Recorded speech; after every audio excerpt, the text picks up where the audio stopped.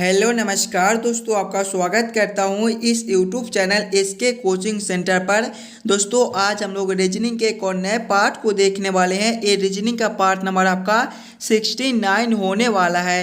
अगर आप इससे पहले वाले पार्ट नहीं देखे होंगे मेरे भाई तो जाकर देख लीजिएगा। सभी पार्ट इम्पोर्टेंट पार्ट है। इस पार्ट के अंदर आज हम लोग रीजनिंग के 16 अलग अलग प्रकार के इम्पोर्टेंट प्रश्न को देखने वाले हैं, जो कि आपको आने वाले आगामी सभी परीक्षाओं के लिए महत्वपूर्ण होने वाला है। सभी क्वेश्चन जो है वो इम्पोर्टेंट क्वेश्चन है, जो बार बार आपको एग्जाम में पूछे जाते हैं या फिर आने की संभावनाएं रहती है। अभी आपके कुछ इसी प्रकार के प्रश्न एग्जाम में पूछे जाते हैं, तो सभी प्रश्न को आप लोग खुद से जरूर सॉल्व करने की कोशिश कीजिएगा और हमारे साथ अंत तक जरूर बने रहिएगा। सभी प्रश्न को हम लोग एकदम शॉर्ट ट्रिक के साथ सॉल्व करने की कोशिश करेंगे। तो चलिए हम लोग एक नंबर क्वेश्चन की ओर चलते हैं। एक नंबर क्वेश्चन आपको कर रहा है, नीचे दिए गए प्रश्न में संबंधित संख्या को चुनिए। नंबर एनालॉजी रीजनिंग के प्रश्न है। प्रश्न आपको कर रहा है जिस प्रकार से 15 का संबंध 256 के साथ है, उसी प्रकार से आपसे पूछ रहा है 14 का संबंध कौन सा संख्या से होगा जो इस वाले क्वेश्चन मार्क पे भरे जाएंगे।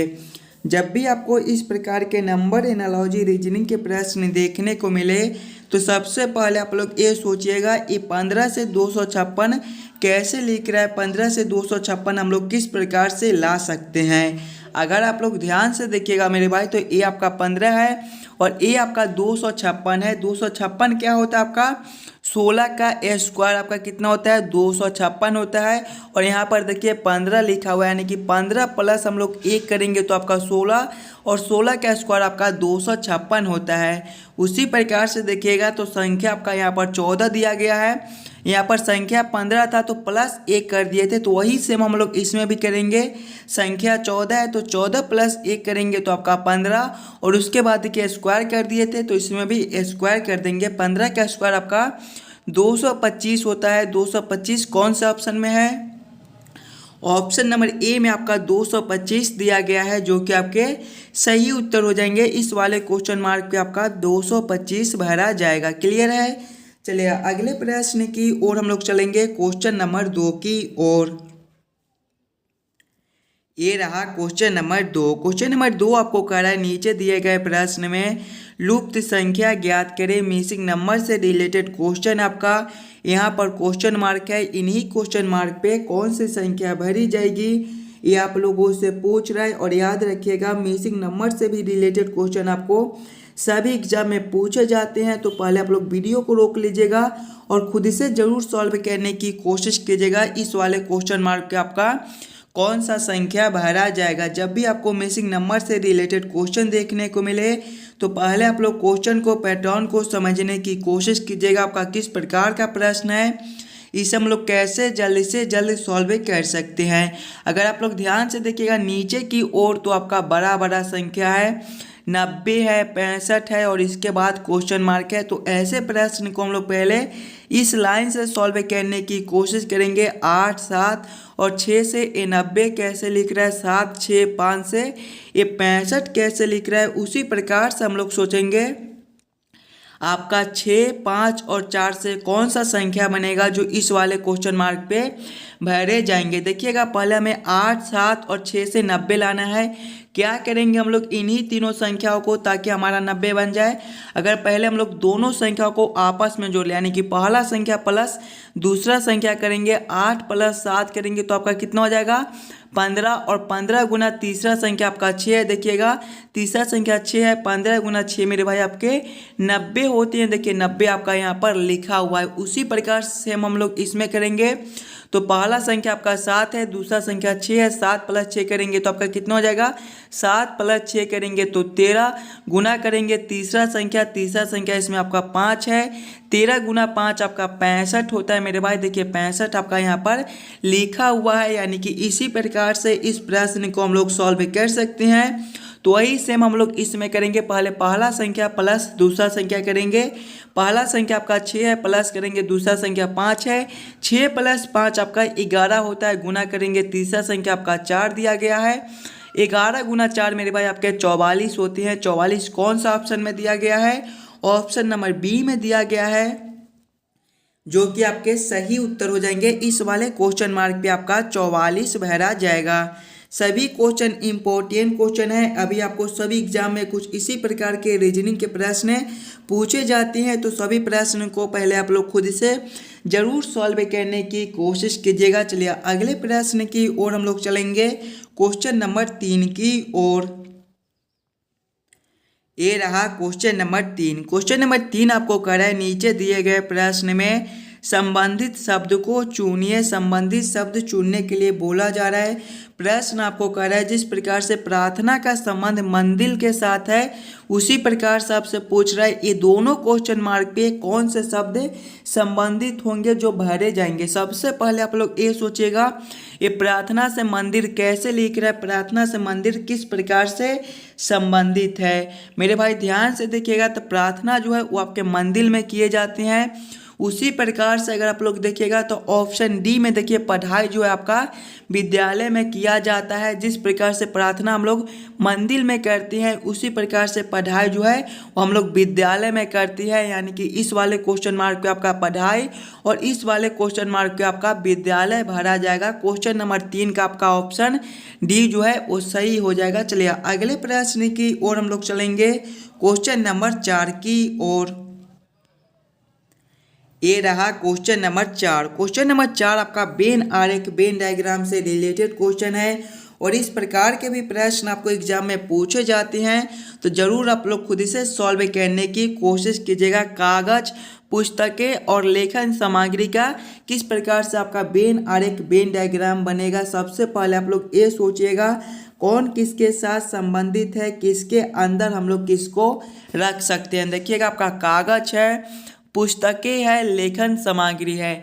मेरे भाई कागज के अंदर ही आपका पुस्तकें और लेखन सामग्री दोनों आती हैं। तो सबसे पहले हम लोग कागज के लिए एक गोला बना लेंगे, और कागज के अंदर आपके पुस्तकें और लेखन सामग्री दोनों आते हैं। लेकिन कुछ पुस्तकें जो है वो आपके लेखन सामग्री से भी बने होते हैं, और कुछ लेखन सामग्री भी आपके पुस्तकें से बने होते हैं। यानी कि इसका वेन आरेख, वेन डायग्राम कुछ इस प्रकार से बन जाएगा, जो कि ऑप्शन नंबर डी में दिया गया है। क्वेश्चन नंबर 4 का आपका ऑप्शन डी जो है वो सही हो जाएगा। चलिए अगले प्रश्न की ओर हम लोग चलेंगे, क्वेश्चन नंबर 5 की ओर। क्वेश्चन नंबर 5 आपको कह रहा है, नीचे दिए गए प्रश्न में संबंधित अक्षरों को चुनिए। संबंधित अक्षर चुनने के लिए बोला जा रहा है। प्रश्न आपको कह रहा है, जिस प्रकार से आई जे के का संबंध आर क्यू पी के साथ है, उसी प्रकार से आप लोगों से पूछ रहा है टी यू वी का संबंध कौन सा अक्षर से होगा, जो इस वाले क्वेश्चन मार्क पे भरे जाएंगे। जब भी आपको इस प्रकार के रीजनिंग के प्रश्न देखने को मिले, तो सबसे पहले आप लोग ये सोचेगा, आई जे के से आर क्यू पी ए किस प्रकार से लिख रहा है, आई जे के से आर क्यू पी किस प्रकार से संबंधित है। उसी प्रकार से आप लोग सोचेगा टी यू भी से आपका कौन सा अक्षर बनेगा। देखिए, पहले आपका आई जे के लिखा हुआ है, आई जे के लिखा हुआ है, और इससे क्या लिखा हुआ है मेरे भाई, आर क्यू पी लिखा हुआ है। देखिएगा ध्यान से अगर आप लोग, तो आई से आपका आर लिखा हुआ है। देखिए आई जो है मेरे भाई 9 में पर आती हैं, आर आपके जो है वो ए बी सी डी के उल्टे क्रम पर 9 में अक्षर पर आते हैं। देखिएगा, जिस प्रकार से आई आपके ए बी सी डी के सीधे क्रम में 9 में पर आते हैं, उसी प्रकार से आर आपके ए बी सी डी के उल्टे क्रम में 9 में पर आती हैं। आगे देखिएगा, तो जे से आपका क्यू लिखा हुआ है, जे आपके ए बी सी डी के सीधे क्रम में 10 में पर आती हैं। उसी प्रकार से क्यू आपका ए बी सी डी के उल्टे क्रम में 10वें नंबर पर आता है। आगे देखिएगा, आपका के है, के से आपका पी लिखा हुआ है, ए बी सी डी के सीधे क्रम में के आपके 11वें पर आते हैं, और पी आपके ए बी सी डी के उल्टे क्रम में 11वें पर आते हैं। उसी प्रकार से अगर आप लोग देखिएगा, तो टी यू भी लिखा हुआ है। देखिएगा, टी यू भी लिखा हुआ है, ध्यान से देखिए, पहले आपका टी है, टी आपके ए बी सी डी के सीधे क्रम में 20वें पर आते हैं। उसी प्रकार से मेरे भाई ए बी सी डी के उल्टे क्रम में आपके 20वें नंबर पर जी आते हैं। आगे देखिएगा, आपका यू है, यू आपके ए बी सी डी के सीधे क्रम में आपका 21वें नंबर पर आता है। उसी प्रकार से ए बी सी डी के उल्टे क्रम में आपका एफ जो है वो 21वें नंबर पर आता है। उसके बाद आपका भी है, ए बी सी डी के सीधे क्रम में भी आपके 22वें नंबर पर आते हैं, और ए बी सी डी के उल्टे क्रम में देखिएगा तो ई जो है वो आपके 22वें नंबर पर आता है। कौन सा ऑप्शन में आपका जी एफ ई लिखा हुआ है, जी एफ ई आपके ऑप्शन नंबर सी में दिया गया है, जो कि आपके सही उत्तर हो जाएंगे। इस वाले क्वेश्चन मार्क पे आपका GFE भरा जाएगा। क्लियर है। चलिए अगले प्रश्न की ओर हम लोग चलेंगे, क्वेश्चन नंबर 6 की ओर। नंबर 6 आपको कह रहा है नीचे दिए गए प्रश्न में विषम अक्षरों को पहचान करें। विषम अक्षर चुनने के लिए बोला जा रहा है। प्रश्न आपको कह रहा है कि चारों ऑप्शन में सबसे अलग ऑप्शन कौन सा है, ये आप लोगों से पूछ रहे हैं। पहले आप लोग चारों ऑप्शन को ध्यान से देखिएगा और समझने की कोशिश कीजिएगा। ये चारों ऑप्शन में आपके सबसे अलग ऑप्शन कौन से दिए गए हैं। ऑप्शन ए में आपका RQS है, ऑप्शन बी में आपका XWV है, ऑप्शन सी में आपका MLN दिया गया है, ऑप्शन डी में आपका FEG दिया गया है। ध्यान से देखिएगा। तो सबसे पहले आपका RQS दिया गया है मेरे भाई। देखिएगा R-1 अगर हम लोग करेंगे तो आपका कितना हो जाएगा, Q हो जाएगा। आगे देखिएगा Q से आपका S है, इसमें आपके +2 हो जाएंगे। ऑप्शन बी में देखिएगा तो S से आपका X से आपका W है, -1 है मेरे भाई, और W से आपका V दिया गया है, इसमें भी आपका -1 हो जाएगा। इससे आगे देखिएगा तो M से आपका L है, -1 है, और L से आपका N दिया गया है, इसमें आपका +2 हो जाएगा। इससे आगे देखिएगा ऑप्शन डी में तो F से आपका E दिया गया है मेरे भाई, -1 है, और E से G दिया गया है, +2 है। सभी में देखिएगा -1 +2 -1 +2 -1 +2, लेकिन ऑप्शन बी में देखिए -1 दिया गया है। तो सबसे अलग आपके ऑप्शन बी हो जाएंगे। क्वेश्चन नंबर 6 का आपका ऑप्शन बी सही हो जाएगा। चलिए अगले प्रश्न की ओर हम लोग चलेंगे, क्वेश्चन नंबर 7 की ओर। क्वेश्चन नंबर 7 आपको कह रहा है नीचे दिए गए प्रश्न में विषम शब्द को पहचान करें। विषम शब्द चुनने के लिए बोला जा रहा है। जब भी आपको विषम शब्द चुनने के लिए बोले तो सबसे पहले आप लोग चारों ऑप्शन को ध्यान से देखिएगा और समझने की कोशिश कीजिएगा। ये चारों ऑप्शन में आपके सबसे अलग ऑप्शन कौन से दिए गए हैं। ऑप्शन ए में आपका जुलाई है, ऑप्शन बी में अगस्त है, ऑप्शन सी में सितंबर है, ऑप्शन डी में आपका अक्टूबर दिया गया है। इन्हीं चारों ऑप्शन में आपको सोचना है कि सबसे अलग ऑप्शन कौन सा है। ध्यान से देखिएगा। अगर मेरे भाई जुलाई देखिए आपका 31 दिन का महीना लगता है, अगस्त भी आपका 31 दिन का महीना लगता है, सितंबर मेरे भाई आपके 30 दिन के महीना लगते हैं, और अक्टूबर आपके जो है वो 31 दिन के महीना लगते हैं। तो सबसे अलग ऑप्शन आपका कौन सा हो जाएगा। देखिए सभी महीना 31 31 31 का लगता है, लेकिन सितंबर आपका ये जो है ये 30 दिनों का महीना लगता है। तो सबसे अलग आपका ऑप्शन सी हो जाएगा। क्वेश्चन नंबर 7 का आपका ऑप्शन सी सही हो जाएगा। चलिए अगले प्रश्न की ओर हम लोग चलेंगे, क्वेश्चन नंबर 8 की ओर। ये रहा क्वेश्चन नंबर 8। क्वेश्चन नंबर 8 आपको कह रहा है यदि P का अर्थ जोड़ है, Q का अर्थ गुना, R का अर्थ भाग और S का अर्थ घटाव है तो 44Q 9R 12S 6Q 4P 16 बराबर क्वेश्चन मार्क। इन्हीं क्वेश्चन मार्क पे कौन सी संख्या भरी जाएगी ये आप लोगों से पूछ रहे हैं। सबसे पहले आप लोग वीडियो को रोककर ये वाले प्रश्न को खुद से जरूर सॉल्व करने की कोशिश कीजिएगा। इस प्रकार के प्रश्न आपको लमसम सभी एग्जाम में पूछे जाते हैं।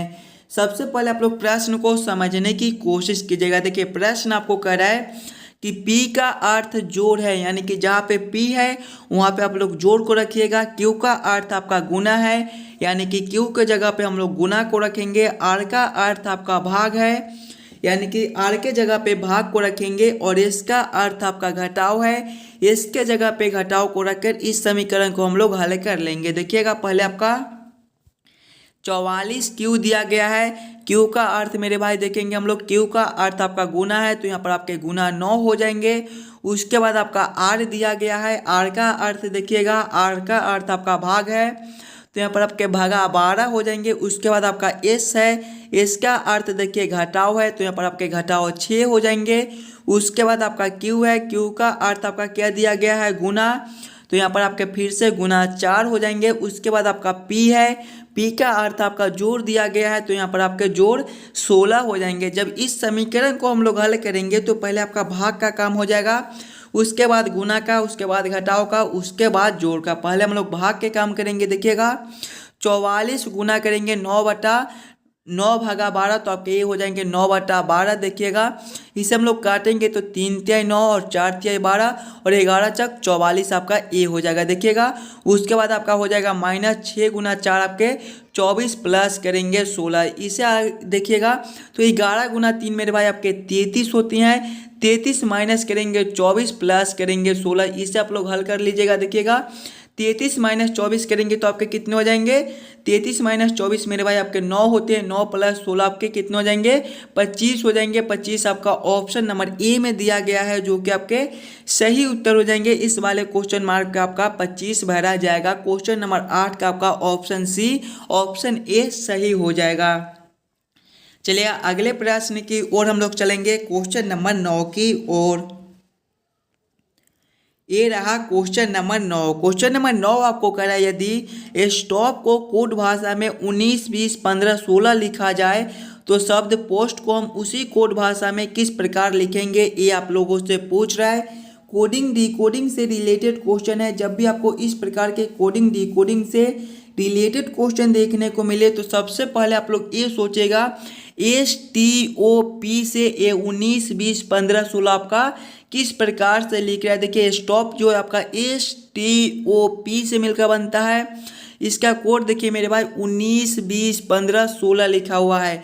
यानी कि अगर हम लोग सभी अक्षर को ABCD के क्रमानुसार लिख देते हैं तो S आपके 19 में पढ़ाता है, T आपके 20 में पढ़ाता है, O आपके 15 में पढ़ाती हैं और P जो है वो आपके 16 में पढ़ाते हैं। देखिए 19, 20, 15, 16 यहाँ पर आपका 19, 20, 15, 16 लिखा हुआ है। यानी कि इसी प्रकार से इस प्रश्न को हम लोग सॉल्व कर सकते हैं। तो आपका POTS दिया गया है। देखिएगा POTS दिया गया है। इसके भी सभी अक्षर को हम लोग ABCD के क्रमानुसार लिख लेंगे। तो P आपके 16 में पढ़ाती हैं, O आपके 15 में पढ़ाती हैं, T आपके 20 में पढ़ाती हैं और S आपके 19 में पढ़ाती हैं।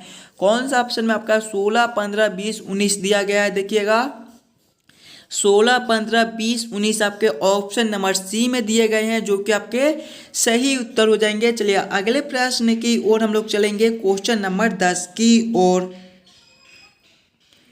ये रहा क्वेश्चन नंबर 10। क्वेश्चन नंबर 10 आपको कह रहा है नीचे दिए गए प्रश्न आकृति में विषम आकृति को पहचान करें। ये भी आपके लिए इम्पोर्टेंट प्रश्न है। कुछ इस प्रकार के भी प्रश्न आपको एग्जाम में पूछे जाते हैं तो पहले आप लोग खुद से जरूर सॉल्व करने की कोशिश कीजिएगा।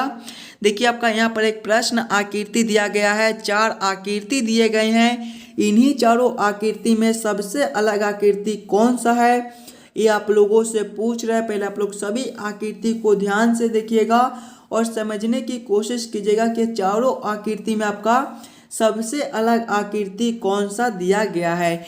देखिएगा आकृति ए में अगर आप लोग देखिएगा तो सभी का मुंह देखिए बाहर की ओर खुला हुआ है मेरे भाई, बाहर की ओर। आकृति बी में देखिएगा तो इसमें भी सभी का मुंह जो है वो बाहर की ओर खुला हुआ है। आकृति सी में देखिए तो इसमें भी आपका जो है वो देखिए तीनों का मुंह बाहर की ओर है लेकिन एक का मुंह देखिएगा अंदर की ओर कर दिया गया है। इसका मुंह देखिए अंदर की ओर मेरे भाई कर दिया गया है। आकृति डी में देखेंगे तो इसमें भी देखिए सभी का मुंह जो है वो बाहर की ओर कर दिया गया है लेकिन आकृति सी में देखिए एक आकृति का मुंह जो है वो अंदर की ओर कर दिया गया है। तो सबसे अलग आपके आकृति सी हो जाएंगे, यही आपका विषम आकृति हो जाएगा। क्वेश्चन नंबर 10 का आपका ऑप्शन सी सही हो जाएगा। चलिए अगले प्रश्न की ओर हम लोग चलेंगे, क्वेश्चन नंबर 11 की ओर।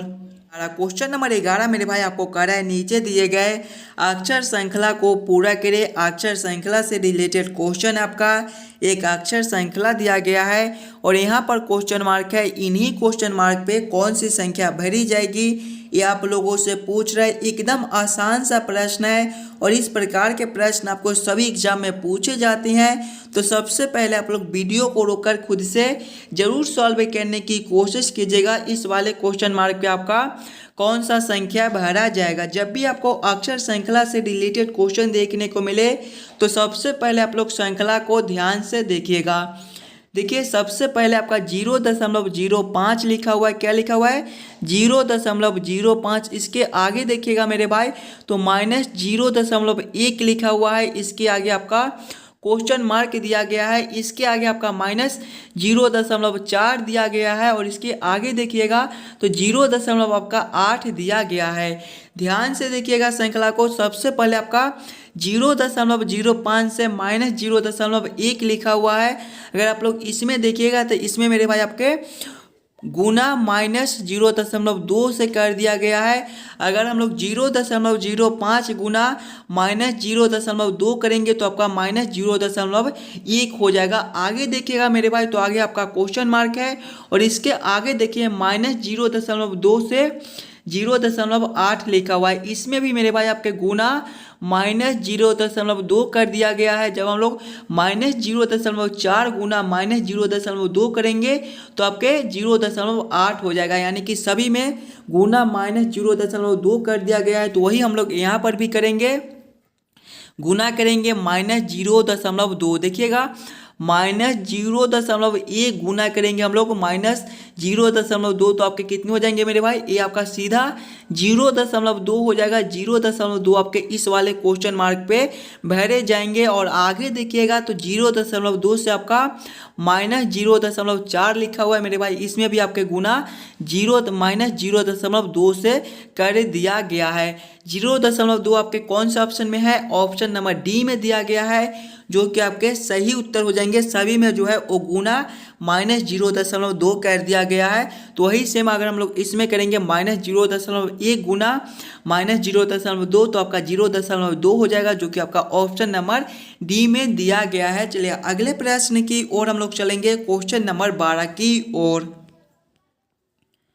ये रहा क्वेश्चन नंबर 12। क्वेश्चन नंबर 12 आपको कर रहा है, नीचे दिए गए अक्षर श्रृंखला को पूरा करें। इस बार आपको अक्षर श्रृंखला से रिलेटेड क्वेश्चन दिया गया है। इस प्रकार के भी प्रश्न आपको सभी एग्जाम में पूछे जाते हैं, तो पहले आप लोग खुद से जरूर सॉल्व करने की कोशिश कीजिएगा। जब भी आपको अक्षर श्रृंखला से रिलेटेड क्वेश्चन देखने को मिले तो सबसे पहले आप लोग श्रृंखला को ध्यान से देखिएगा और समझने की कोशिश कीजिएगा आपका किस प्रकार का श्रृंखला दिया गया है, इस हम लोग कैसे जल्द से जल्द सॉल्व कर सकते हैं। देखिएगा मेरे भाई, सबसे पहले आपका AFI दिया गया है, इसके आगे देखिएगा तो JOR दिया गया है, इसके आगे देखिएगा तो MRU दिया गया है और इसके आगे मेरे भाई क्वेश्चन मार्क है। देखिए सबसे पहले आपका AFI दिया गया है, इसके आगे मेरे भाई आपका JOR दिया गया है, इसके आगे आपका MRU दिया गया है और इसके आगे आपका क्वेश्चन मार्क दिया गया है। ध्यान से देखिएगा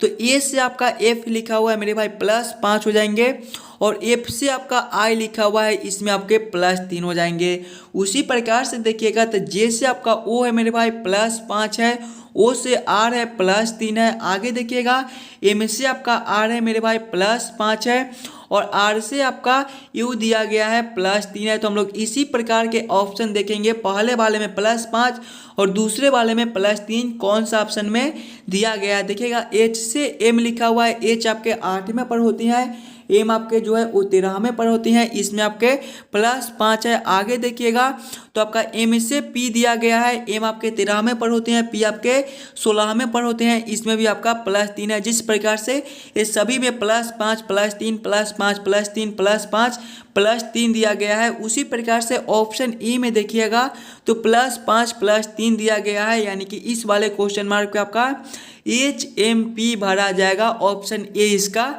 सही हो जाएगा। चलिए अगले प्रश्न की ओर हम लोग चलेंगे, क्वेश्चन नंबर 13 की ओर।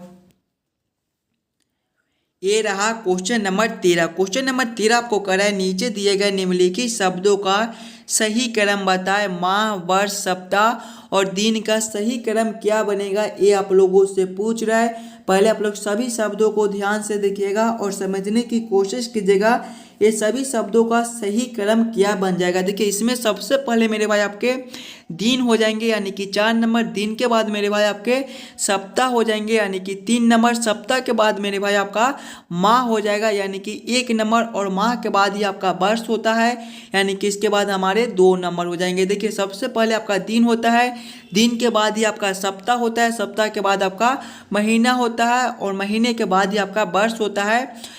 4 3 1 2 आपके कौन सा ऑप्शन में है? ऑप्शन नंबर ई में देखिए 4 3 1 2 दिया गया है, जो कि आपके सही उत्तर हो जाएंगे। क्वेश्चन नंबर 13 का आपका ऑप्शन ए सही हो जाएगा। चलिए अगले प्रश्न की ओर हम लोग चलेंगे, क्वेश्चन नंबर 14 की ओर। क्वेश्चन नंबर 14 आपका कथन निष्कर्ष से रिलेटेड क्वेश्चन है।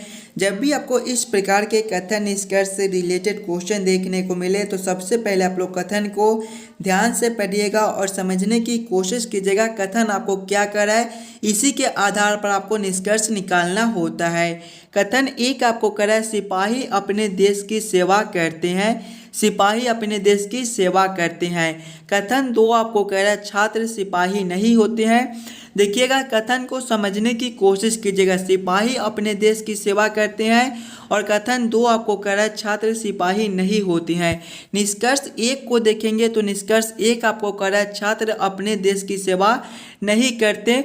यह निष्कर्ष मेरे भाई आपके गलत हो जाएंगे। ये दोनों कथन से यह निष्कर्ष नहीं बनता है कि छात्र अपने देश की सेवा नहीं करते हैं, तो ये निष्कर्ष आपका गलत हो जाएगा। निष्कर्ष दो को हम लोग देखेंगे तो कुछ छात्र अपने देश की सेवा करते हैं, ये भी निष्कर्ष मेरे भाई आपके गलत हो जाएंगे। देखिए कथन एक आपको कह रहा है सिपाही अपने देश की सेवा करते हैं और छात्र सिपाही नहीं होते हैं। इसका मतलब क्लियर है कि छात्र जो है वो आपके सिपाही नहीं होते हैं, तो यह भी निष्कर्ष आपका गलत हो जाएगा। कुछ छात्र अपने देश की सेवा करते हैं, ये भी निष्कर्ष आपके गलत हो जाएंगे। दोनों निष्कर्ष आपका गलत है। ऑप्शन सी में देखिए न निष्कर्ष एक निकलता है और न ही निष्कर्ष दो, दोनों निष्कर्ष को आपको ऑप्शन सी में गलत किया गया है।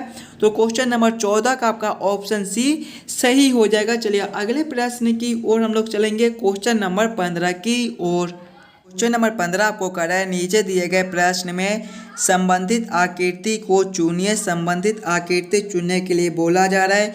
प्रश्न आपको कर रहा है जिस प्रकार से ये दोनों आकृति आपस में संबंधित है, उसी प्रकार से आपसे पूछ रहा है ये वाले आकृति से कौन से आकृति संबंधित होंगे, जो इस वाले क्वेश्चन मार्क पे भरे जाएंगे। इंपॉर्टेंट क्वेश्चन है मेरे भाई, तो पहले आप लोग खुद से जरूर सॉल्व करने की कोशिश कीजिएगा।